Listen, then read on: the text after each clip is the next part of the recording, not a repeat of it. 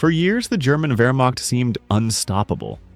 A machine of precision, speed, and tactical genius that crushed Europe under its treads. But in the summer of 1943, that myth didn't just crack, it was obliterated. On the dusty steppes of Russia, the greatest tank battle in history became the graveyard of German ambition. What turned the predator into prey?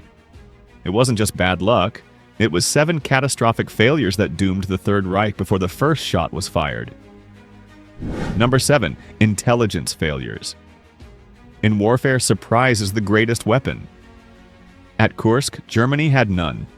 Hitler's plan, codenamed Operation Citadel, was supposed to be a secret masterstroke. The goal was to pinch off a massive bulge in the Soviet lines, a salient, and entrap hundreds of thousands of Russian troops. But there was a problem. The Russians knew the plan before most German generals did. This was the height of the intelligence war. Through the Lucy spy ring in Switzerland and the British Ultra program, breaking the Enigma code, the Allies were reading Germany's mail. They knew the objectives. They knew the unit compositions. They even knew the start date. Marshal Zhukov, the Soviet commander, didn't have to guess where the hammer would fall. He had the blueprints. While German troops were moving into position under the cover of darkness, thinking they were invisible, Soviet artillery was already dialing in the coordinates. The Wehrmacht was walking into a room where the enemy had already turned on the lights and aimed their guns. But knowing the enemy's plan is one thing. Giving them months to prepare for it? That is suicide. Number 6. Fatal delays. Speed was the essence of the Blitzkrieg. Strike hard, strike fast, strike before the enemy can react. But at Kursk, Hitler hit the pause button. Operation Citadel was originally slated for May 1943. The ground had dried after the spring thaw and the Russians were still reorganizing. But Hitler hesitated. He was obsessed with his new Wunderwaffe, wonder weapons. He wanted the new Panther and Tiger tanks to lead the charge, but they weren't ready yet. So he waited. He pushed the date to June, then July. German generals like the brilliant Erich von Manstein were furious. They knew that every day they waited, the element of opportunity was vanishing. This delay gave the Red Army 2 full months of uninterrupted time. They didn't waste a second. They conscripted 300,000 civilians to dig. They laid communication lines. They stockpiled millions of shells. By waiting for his perfect tanks, Hitler handed the Soviets the one thing they needed most: time. And what they did with that time would turn the battlefield into a nightmare the Germans couldn't imagine. Number 5. Soviet defenses. When the Germans finally attacked on July 5th, they didn't run into a defensive line. They ran into a meat grinder. The Soviets had constructed a defense in depth. This wasn't just a trench in some barbed wire. This was a defensive belt stretching nearly 200 miles deep. Imagine driving your car through a brick wall only to find another brick wall 10 feet behind it, and another, and another. That was Kursk. The numbers are staggering.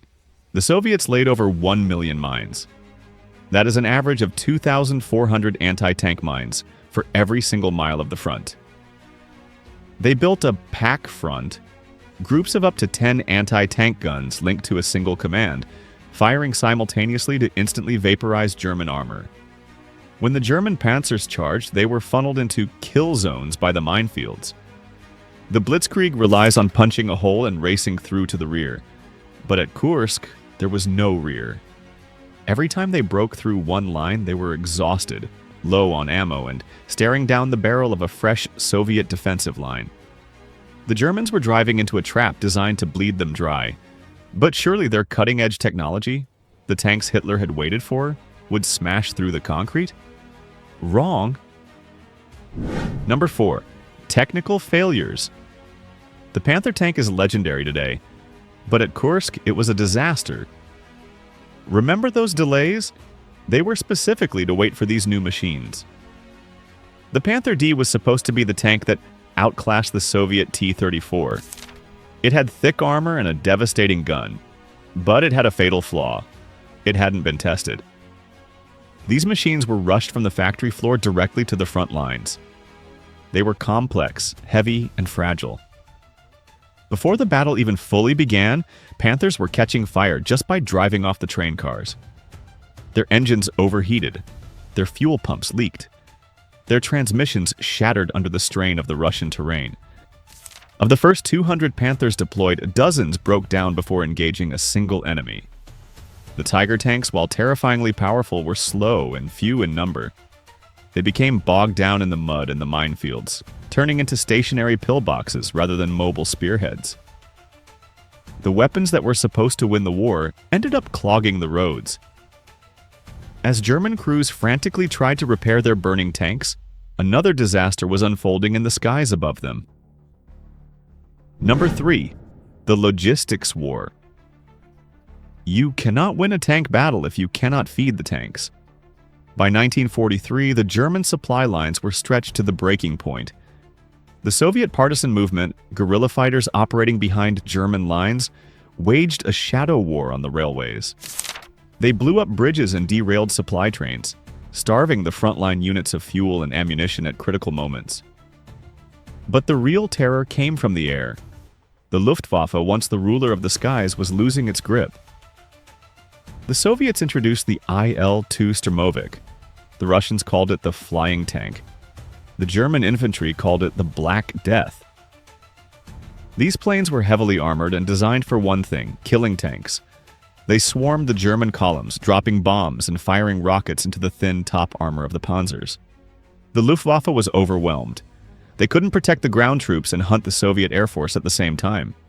Without air superiority and with fuel tankers burning miles behind the front, the German advance began to sputter. They were blind, stalled, and battered from above. But the biggest failure wasn't mechanical or logistical. It was a failure of the mind. Number 2. The Strategic Blunder. If you look at a map of the Eastern Front in 1943, the Kursk salient sticks out like a sore thumb. It was a massive bulge of Soviet territory pushing into the German lines. It was obvious, too obvious. General Walter Model, one of Germany's best defensive minds, warned Hitler against the attack. He argued that since the location was so predictable, the element of surprise was impossible. He suggested a backhand blow, letting the Soviets attack first, then countering. But the Nazi leadership was obsessed with the offensive. They couldn't conceive of a defensive war. They fell into the trap of map logic. It looked good on paper to pinch off the bulge, so they assumed it would work in reality. By attacking exactly where the Soviets expected them to, the Germans played right into Zhukov's hands. They concentrated their best forces into a small area, creating a traffic jam of armor that destroyed their ability to maneuver. They voluntarily engaged in a war of attrition, a slugging match, against an enemy with more men, more tanks, and more guns. The trap had snapped shut. But just as the battle reached its fever pitch, a phone call from the Mediterranean changed everything. Number 1. The Invasion of Sicily. On July 12th, the battle was reaching its climax. The Germans, despite the mines, the spies, and the breakdowns, had actually pierced the Soviet lines in the south. The SS Panzer Corps was battling at Prokhorovka in a scene of apocalyptic destruction. It was hanging in the balance. Then the news arrived. The Allies had invaded Sicily. British and American troops were storming the beaches of Italy. Hitler panicked.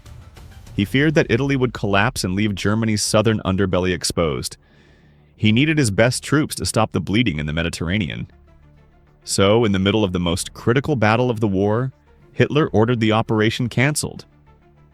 He pulled the elite SS Panzer divisions out of the line to send them to Italy. The German commanders on the ground were stunned. They argued they were close to a breakthrough, but the order stood. The offensive was strangled just as it was gasping for air. It was the ultimate proof that Germany could no longer fight a two-front war. So, guys, Kursk wasn't just a defeat. It was the death knell of the German war machine. For the first time, a German strategic offensive had failed during the summer. The initiative was lost, never to be regained. From this moment on, the road led only in one direction, backward through a trail of burning steel and blood, all the way to the gates of Berlin.